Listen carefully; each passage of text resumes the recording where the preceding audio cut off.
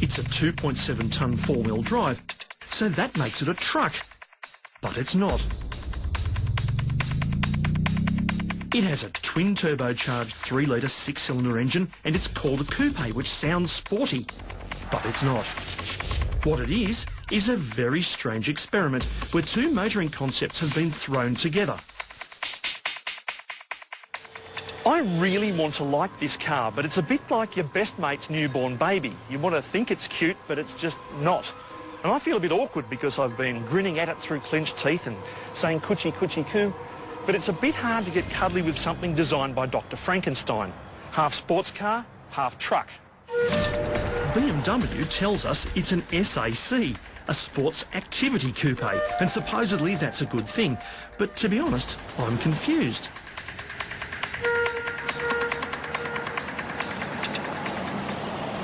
You see, historically, getting a sports car owner to buy a four-wheel drive was like getting Snoop Dogg to give up the weed. It's never going to happen. So for BMW to attempt to create a new market from the odds and sods of two historically distinct camps is nothing short of pretty bloody major. So far, I'm not convinced. But hang on, to be fair, I've hardly driven the thing.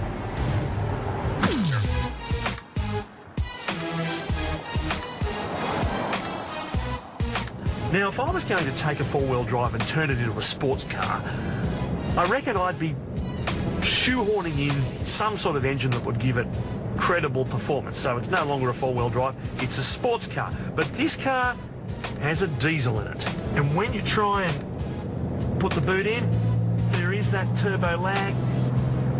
And it works its way up gradually. It's never going to snap your neck.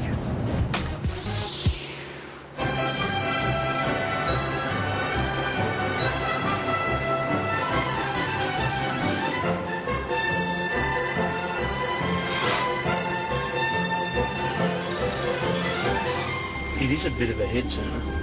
Are people looking at me or looking at the car? Both pretty unusual, I think. So far, there's much more four-wheel drive in this car than there is sports car, and it makes it pretty heavy around town. Here's a parking spot.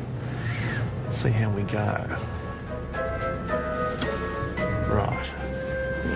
Typically, this is like a sports car. It's got appalling vision through the rear window, and now I'm looking, I can hardly see. It's like, I can imagine this is how Ned Kelly must reverse, because there's a little slit. It's like looking out of a post box. So I have to use the onboard camera, which is very much a Star Wars operation here. Oh, crikey. What am I doing here? Hello, it's beeping at me. What a good fellow. Thank you. Right, this way? Yep. Yeah. Great. Wonderful. See, that's the sort of thing that BMW should do. They should forget about this camera, and they should have a little bloke stuffed in the boot, and when you want to reverse, just press a button and the boot pops open and the guy leaps out and he says, yes, yes, this far, right hand down, left hand down. What a brilliant idea. Oh, man. Now, I'm not the best reverse parker in the world, but physically getting this car into this space has been a bigger project than the Snowy Mountain scheme. The visibility's rubbish, I can't use the onboard camera, and somehow or other I've eventually got to get this car out of here.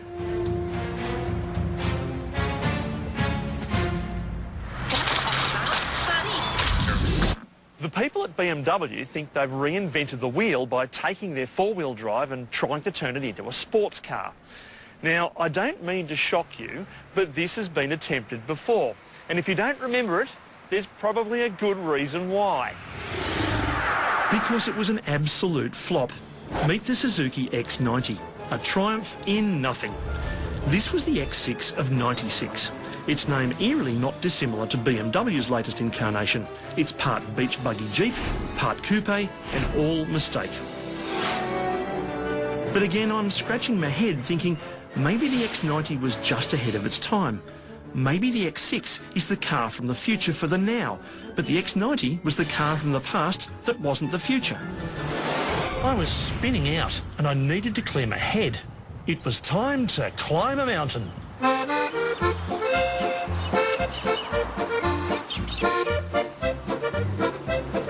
It's wonderful to drive driving in the mountains. It's a bit like the sound of music. And I feel like one of the Von Trapps. I feel like the Captain Von Trapp, not Maria or Julie Andrews. Don't get me wrong on that. But the thinner mountain air wasn't helping.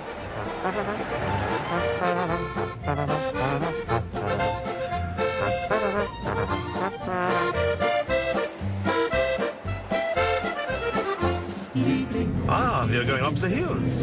Es blühen alle Blumen im schönen Monat Mai. Yeah, it's very good up the hills, yeah. Bis in den 7. Himmel, dort ist ein In the Alpine stuff. In allen meinen Gliedern macht es zuck, zuck, zuck. How does it handle? It handles very well. And so it should, because the X6 has a world first, DPC, Dynamic Performance Control.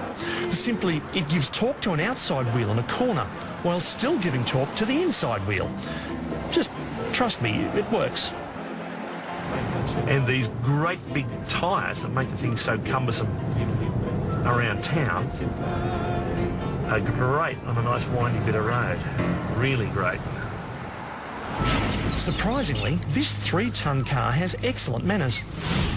The X6 is great at holding the road because it has a low centre of gravity, but this is where the whole shaky marriage between off-road vehicle and sports car becomes unstuck.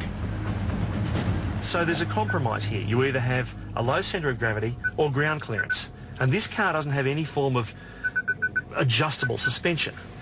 So when I start to go off-road, I need to approach this embankment. Listen to that. This is an off-road vehicle. Everywhere I want to go, there's something beeping at me. Okay, I just go here, take it gently at an angle so I don't bust off the spoiler, because the spoiler's only about this far off the ground. See, this is all part of a sort of motoring psychology thing, you know. You buy this car, you think that you're automatically opening up a world of excitement and adventure, and you're an outdoorsy sort of person.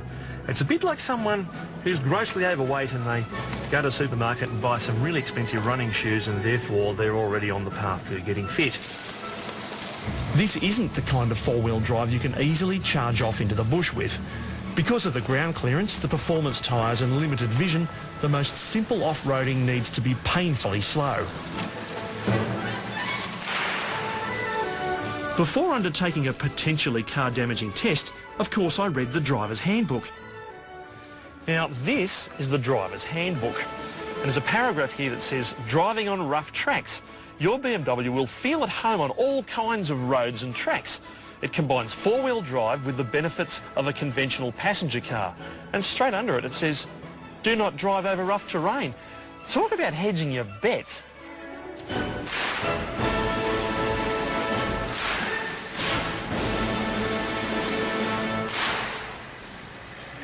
I'd spent a whole day driving the X6 around, attempting to understand it from the inside out, but I'd been missing the point. It was never going to be a road test that would help me understand this car.